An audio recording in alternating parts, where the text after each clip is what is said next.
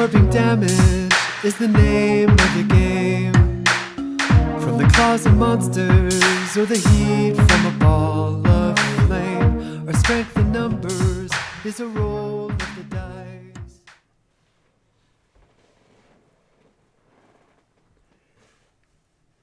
Good evening and welcome to Nycos Nightly News.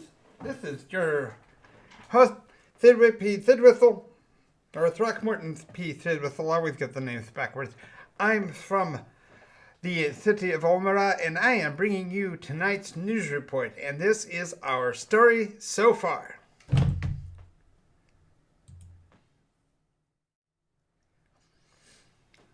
All right, the world of Nycos has been involved in conflict before, although this is the first time we have actually achieved the dubious distinction of a world at war.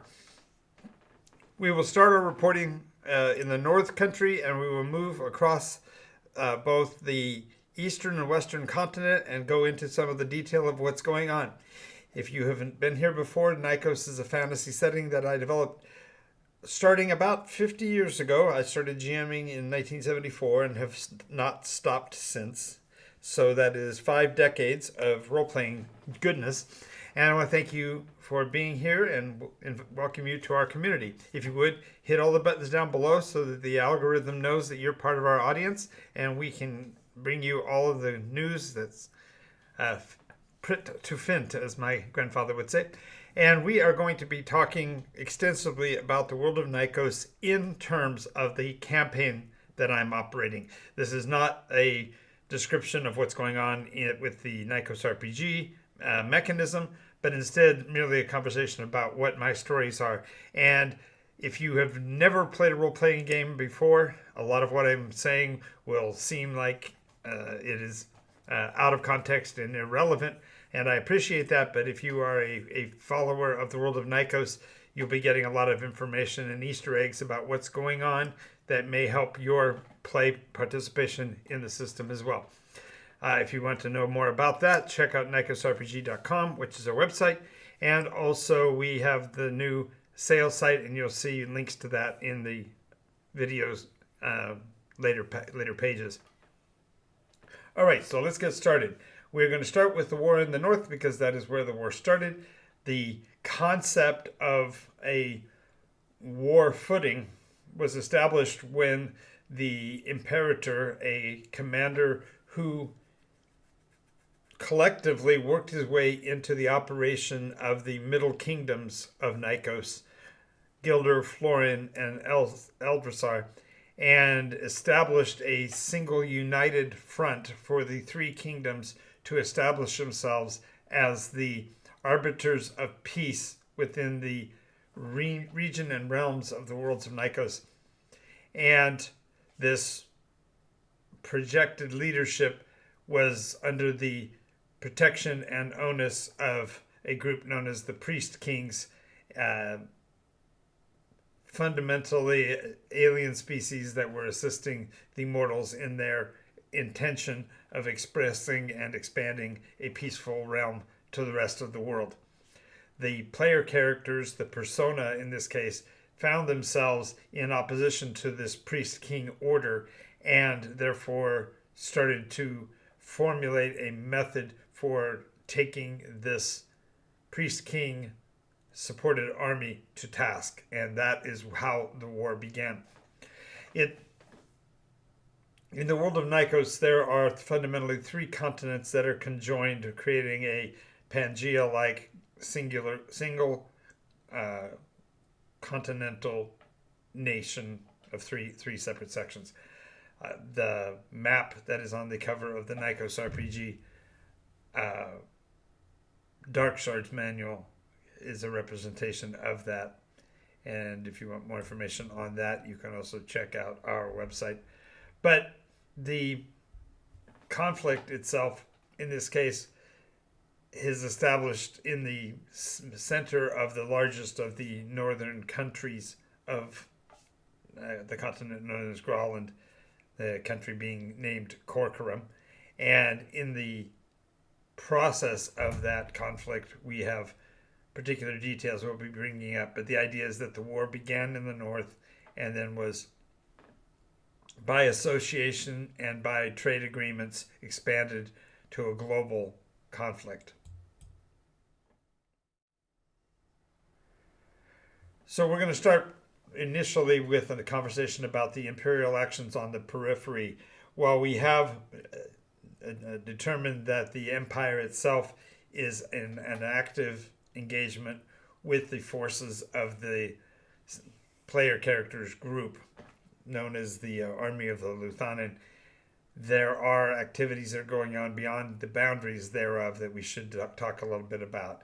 And the first of that is that the Kingdom of Montara, which is the westernmost kingdom of all of the mortal kingdoms of the north, have themselves announced through their local dictates that they are in sympathy to the empire and are beginning to gather resources, recently excavating several wagon loads of goods out of ruins that were discovered in the western segment of the area known as the Sea of Sand. And we will be doing a walkthrough of the continent near the end of this episode, so please stick with us through that so you can get a visual idea of where this is occurring.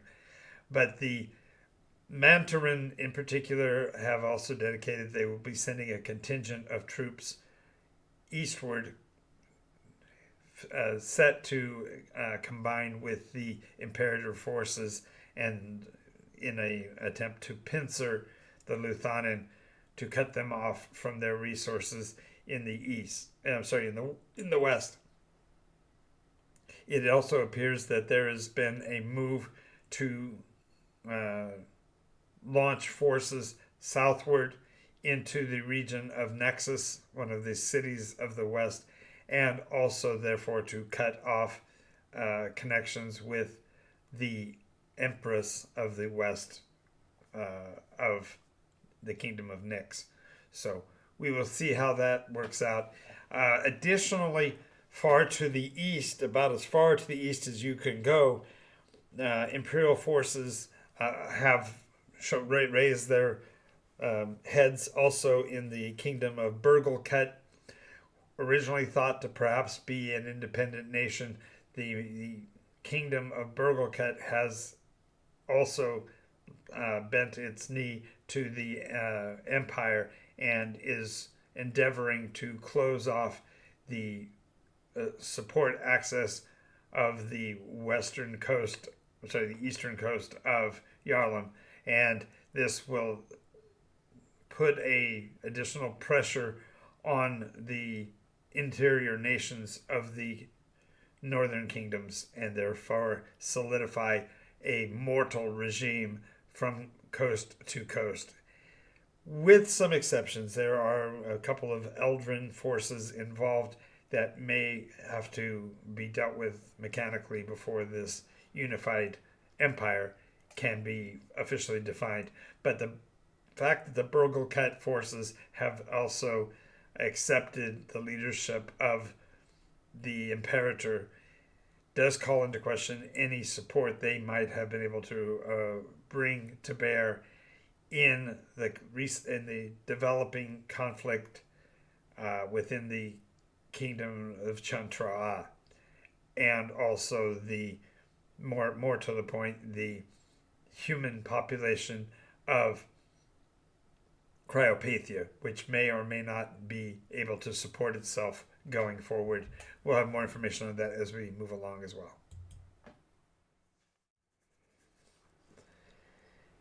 All right, so the disposition of forces, in particular, there are known to be 3 legions still functionally active in the area of Almara, although the support for those units has dwindled considerably, considering they've now suffered 2 subsequent losses to the Luthanen, and in this latter case, it appears to be a complete rout. We'll have more information on that when we get to the specifics of those individual forces of the Empire. The forces of the Luthanen. But in essence, they have lost the advantage, having had their specifically monstrous draconic force taken down, and a brazen counterattack by the Luthanen has pushed those middle legions into full retreat. There'll be more information on that also coming up. I think you're going to be hearing that as an ongoing phrase because I'm only providing you with the stories that we know right now. It does appear that at least one of the legions is still in its entirety in the Middle Kingdoms, but the disposition of that particular force is not accessible to us for our reports.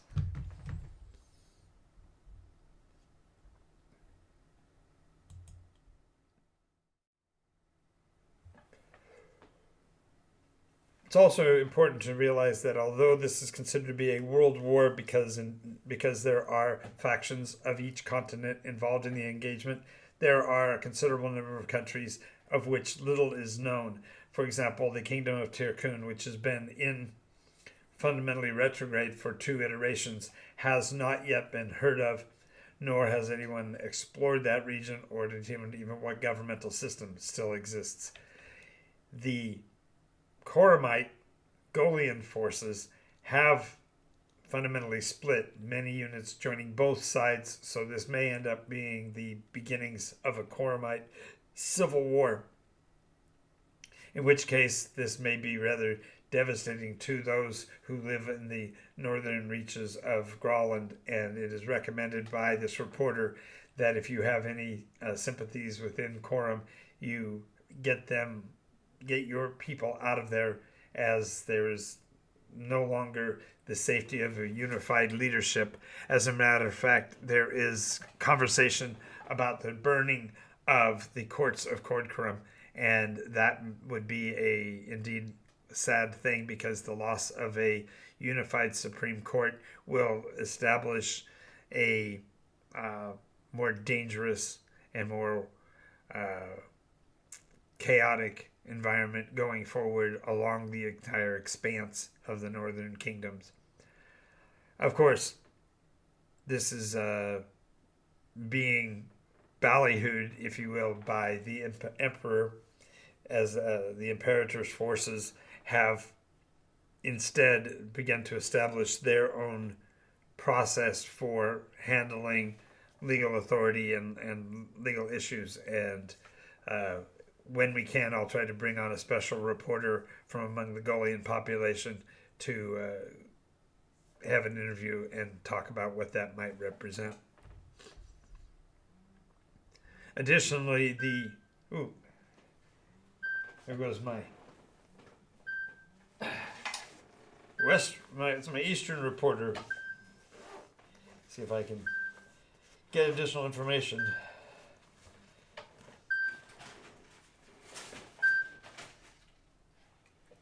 Hello, yes, this is Jonathan. It's also Thidwick. I fell out of character, folks. Yes. Indeed. And do we have any details on the numbers? No. All right. Well, thank you for that, and be safe. All right, ladies and gentlemen, I hate to be the bearer of bad tidings, but it does appear that the Khanate has collapsed. I repeat, the great Khan of the nation of Kangreek has himself apparently been killed. There are eyewitnesses who have established that it was indeed a Troloran assassin who appeared in the great Khan's council chambers and eliminated him utilizing a Morgul blade. This is the 3rd time, according to our local reports, that a nobleman has been dispatched, each time by a member of the Troloran species, and the Empire has downplayed this, suggesting that this was merely internal conflict, and has assured the populations of the nations that were involved that they will bring peace to their realms. So, although at this instance there are no known enemies to be established for the Great Khan, as he has fundamentally been a peaceful leader, a benevolent dictator for the better part of an iteration and a half. Nonetheless, the fall of Grick is going to be of great concern going forward, and it also seems to have opened somewhat the floodgates, and forces of the Urglic nation are beginning to flood northward. So there'll be more information about that in a future episode. Hang on a second, I want to double check something.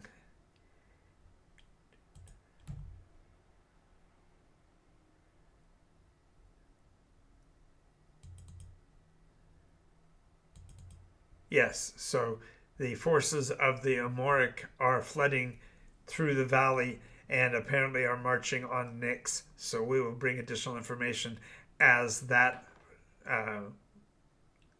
issue unfolds. The forces of the wow. The forces of the Eldrin at Nyx will probably be able to hold their own, but this news of the Amorics actually passing through the Vale of Grick is concerning and may be actually a great danger for the kingdoms of the free world. So we will again be keeping our nose on that subject as well.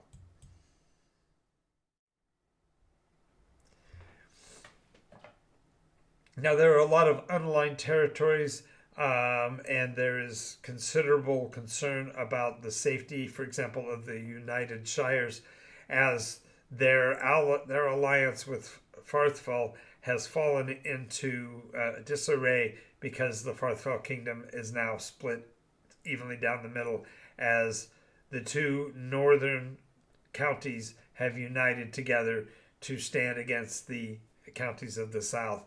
And so the forces of De Monet and de Klerk, as they're moving northward, are finding a stronger resistance as the other two counties are unifying. It may be that we'll be seeing the reestablishment of a singular kingdom in the Farthfell coming up in the future, and this is being promoted or fomented by the fact that there are Tenerife advisors flooding into the southern kingdoms to allow de Klerk and de Monet to actually reestablish the solidity of their forces. An interesting note is that apparently the northern counties have also been gaining support because they have apparently raided or been supported by what appear to be weapons of the Primus. And now, granted, the city of the west that is still under examination. That was the last known portion of the Primus civilization here in the western continent. Now has been determined to be fundamentally eliminated. The assets of that nation have now begun to be seen on the battlefields of the Farthfell. So there'll be more information on this once we get boots on the ground in that area that can provide us with information on how goes the conflict there. Additionally, there is a siege that is being laid upon the city of Moriah. The Mercanians, in their frustration with being thwarted in several trade negotiations by Marian negotiators muddying the water, Mercania has sent their knights northward and are currently preparing to lay siege to Moria. So there'll be Mariah. I'm sorry. There are going to be several different groups that are going to be pleading for and attempting to prevent that siege. It appears that the siege has everything to do with a developing resource. As you may or may not know, the people of Mariah are now laying claim to a large lake, if you will, of alumnus that has formed directly in their city's midst, turning the city into the equivalent of a Nycosian equivalent of New Venice from the Terran records that we've been able to acquire from the Mir. So, very, very interesting things going on there. There's also been another sighting of Mir vessels in Timerack Cove, and this is also concerning because they are far afield from their known capital of Canaveral. So we will be seeing what that will be carrying forward in the next few coming days. All right. Moving on in our story, the Draconian forces have now officially joined the Empire and have granted access to their northern ranges for the development of a new structure.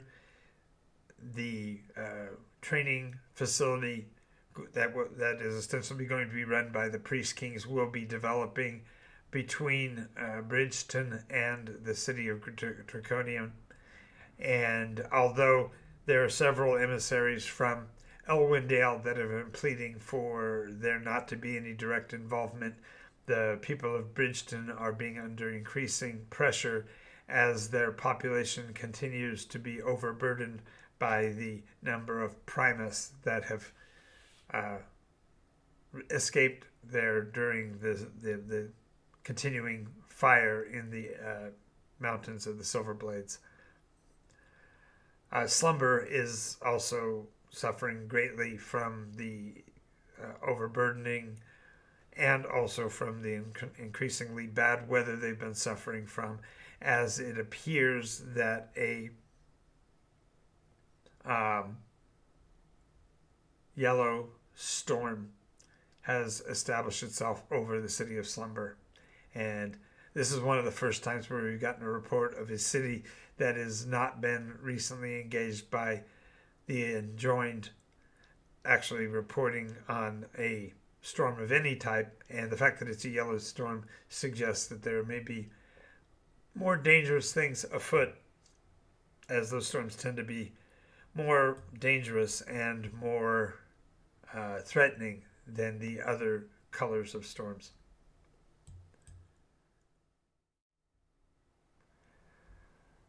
Now the question might become, how in the world do these various nations find it possible for them to carry on martial conflicts at this scale, as it is the midwinter and many of them have their crops in the fields and are having to wait until spring to start working on those particular resources? Well, it appears that a great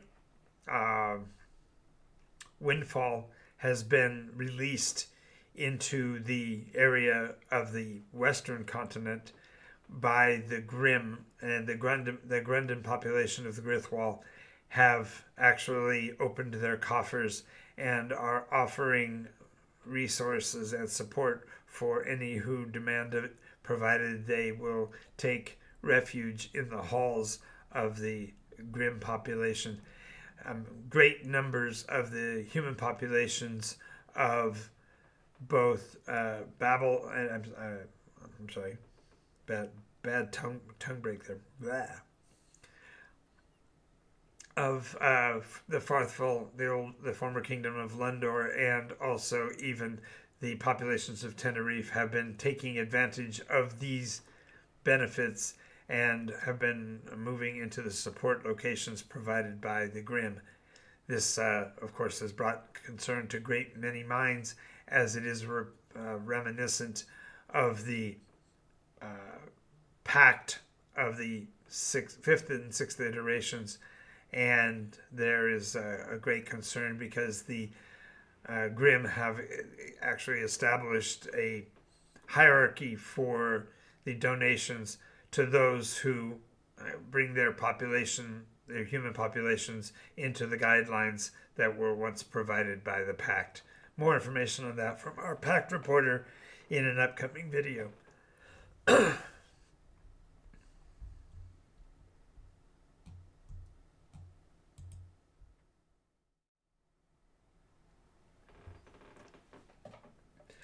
For those of you that are new to the system and aren't aware of what's going on in terms of the story, there is, in the hands of all enjoined, a poem, which is a guideline, if you will, to the iteration, referred to as the purpose. And as the time of the campaign continues, elements of the purpose are fulfilled by various games groups within the system, and therefore each of those is sort of like a ticking of a clock towards the end of the iteration. And it is said that the completion of the iteration cannot occur until all elements of the purpose have been completed.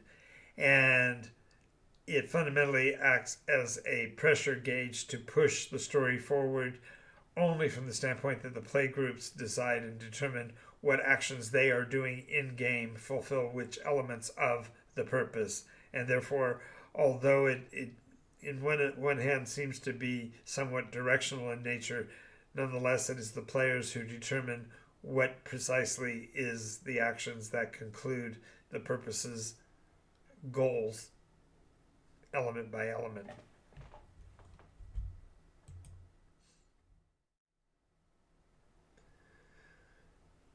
Of course, the final question is, what is the purpose of the enjoined? The player characters in a story, of course, are the drivers of the element, and they are the method by which all things that happen in the game are accomplished. It is not so much a railroad course that propels them towards inexorably the end of the story. Instead, it's the processing of the players, the elements and the pieces that they pick up from the stories and the locations that they visit, that fulfill or modify the course of the purpose, and therefore leave it in the hands of the players to choose and guide and direct where the game is going. And fundamentally, the role, therefore, of the enjoined is to take the elements of the game, of the story itself, and choose which direction they wish to go. And groups modify and change over time. The concept here is that we are rightly at about the halfway mark of the iteration, and we are starting to look at the pieces of the elements left of the purpose, and therefore the direction that the players want to go to achieve the conclusionary portions of the story as we go. I want to thank you for being here tonight. This has been Jonathan Albin and Nycos RPG. And this has been the Nycos Nightly News. Thin Whistle, Pete Throckmorton. Glad to make your acquaintance, and I will see you in the next episode.